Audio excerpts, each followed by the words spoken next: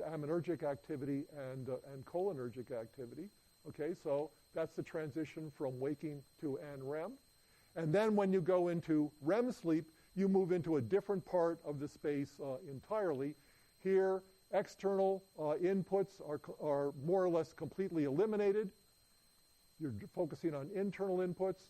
There's the balance, neuromodulatory balance is shifted from aminergic activity to cholinergic activity, but your cortex is still in a state of high activation. And so here you're basically dreaming during stage REM. So what you've got, again, is this cycle, okay? The 90-minute cycle of REM and slow wave sleep can be characterized as simply the movement back and forth between these various states, places in what Hobson calls the AIM state space. Okay, so here's a verbal characterization of the results of all of this. In waking, you've got high activation, a reliance on external information, and the aminergic system is norepinephrine and serotonin based on neural networks are dominant over the cholinergic system. In NREM sleep, you've got relatively low levels of activation, a shift towards internal sources of information, and a balance between aminergic and cholinergic activity. In REM sleep, you've got high activation, again, the dominance of internal sources of information and the dominance of cholinergic activity over aminergic activity. Now, so far, this is just physiology, but Hobson argues that these shifting physiological patterns have various kinds of consequences for psychology.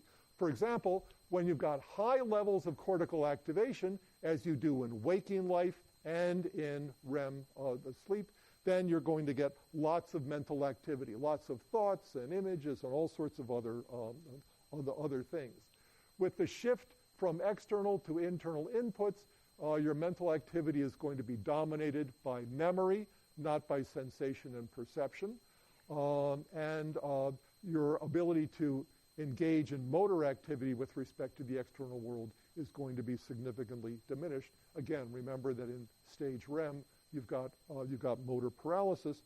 And then finally, by virtue of this low levels of aminergic activity that are characteristic of REM sleep, you have poor memory on awakening. You may awaken, you only remember that one dream that maybe you awaken out of, and you don't even remember that one particularly well. It's like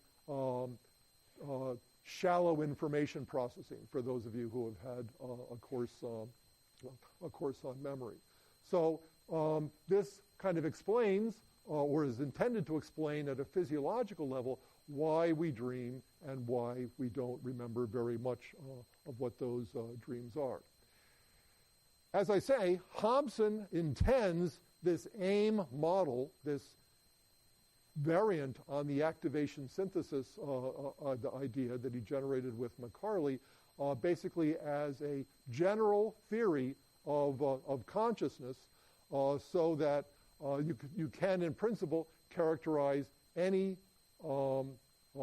state of consciousness somewhere in this space. So every state of consciousness can be characterized by a certain level of activation, a certain balance or imbalance between external and internal inputs, and the activities of various kinds of modulatory systems. And again, when you start talking about things like psychedelic drugs like LSD, or you talk about even, it's actually willing to talk about schizophrenia and depression as states of consciousness or altered states of consciousness. Again, various kinds of neuromodulatory systems come into feeling. Okay.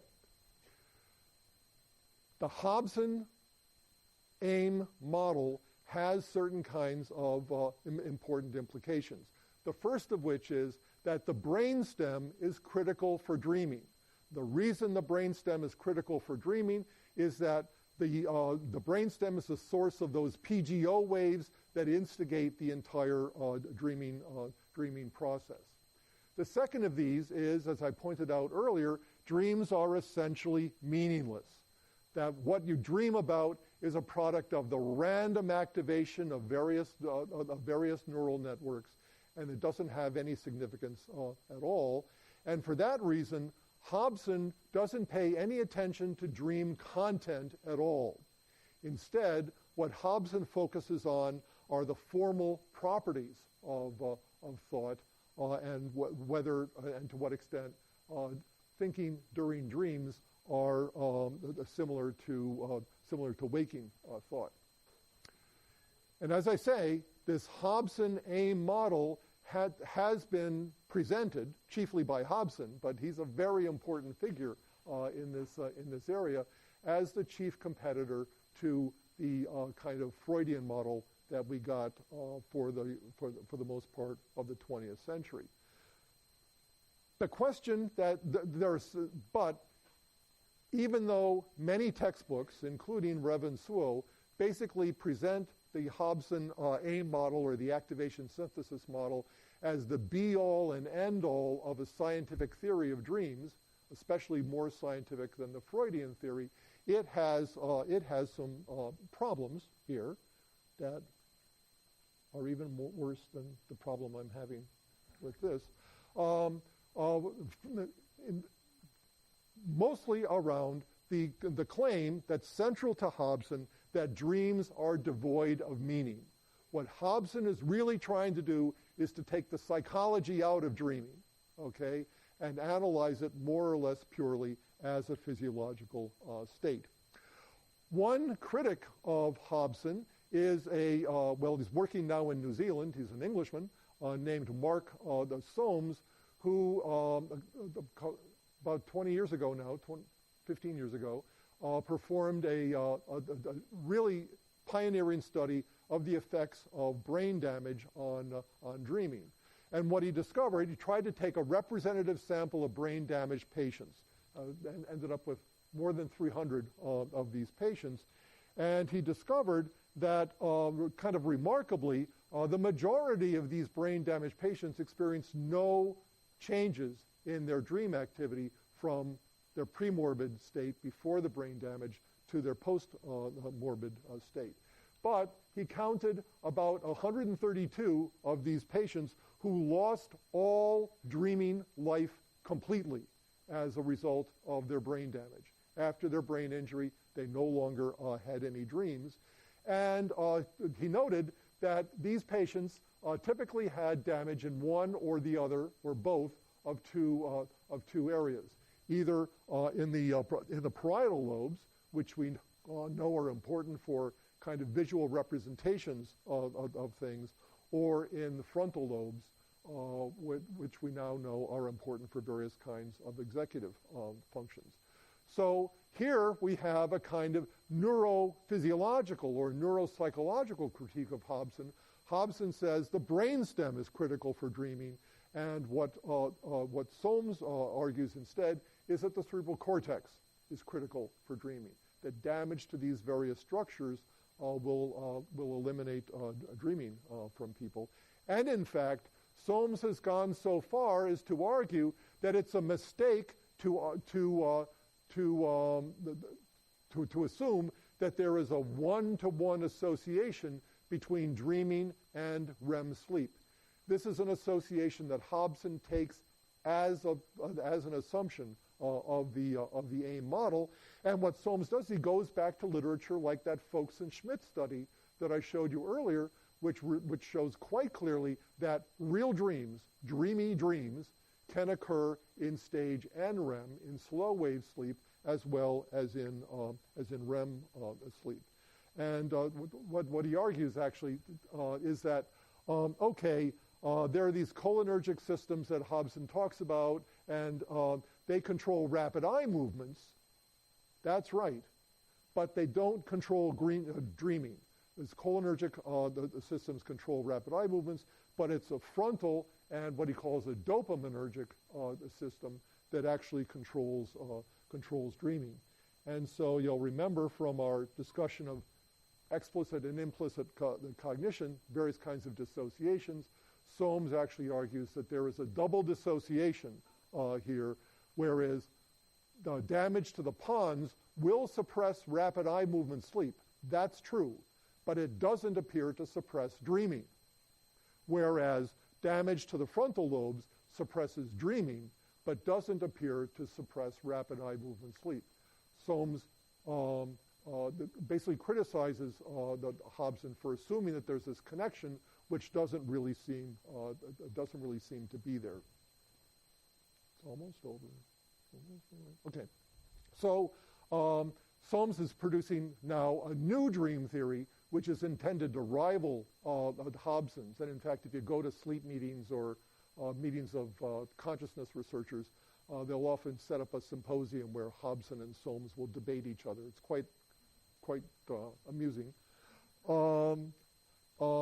But the general idea here is that why a dopaminergic system?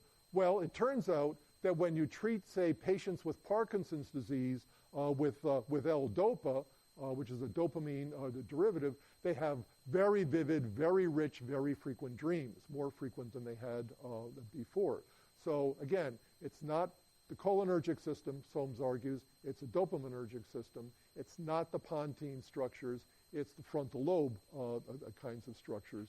And but Soames does agree that that there's a physiological basis to this dream generation process, but it just happens to arise from the frontal lobe and other areas. Okay, so what's interesting about Soames is that he offers a neuroscientific alternative to Hobson, but Soames actually is a practicing psychoanalyst. And what he's really trying to do is to revive in using a vocabulary that is familiar to and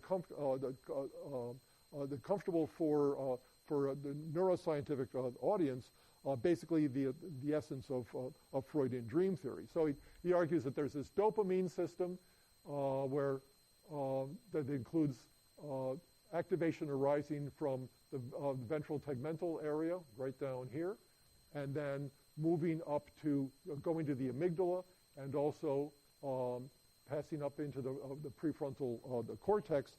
That's very important for this activity.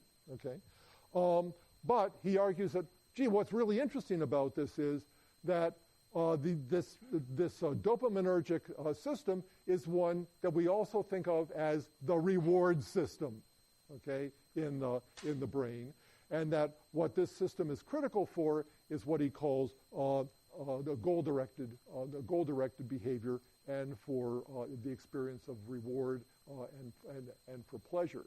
You can see here again that Soames is trying to do some kind of translation of the early Freudian theory of dreams as wish fulfillments into modern neuroscientific language, where dreams arise not from random activation by PGO waves, but rather by goals that are represented in the executive structures of the frontal lobe, and rewards that are mediated by the dopamine system, leading Soames to propose what he now calls neuropsychoanalysis, something that Freud actually tried to produce and failed.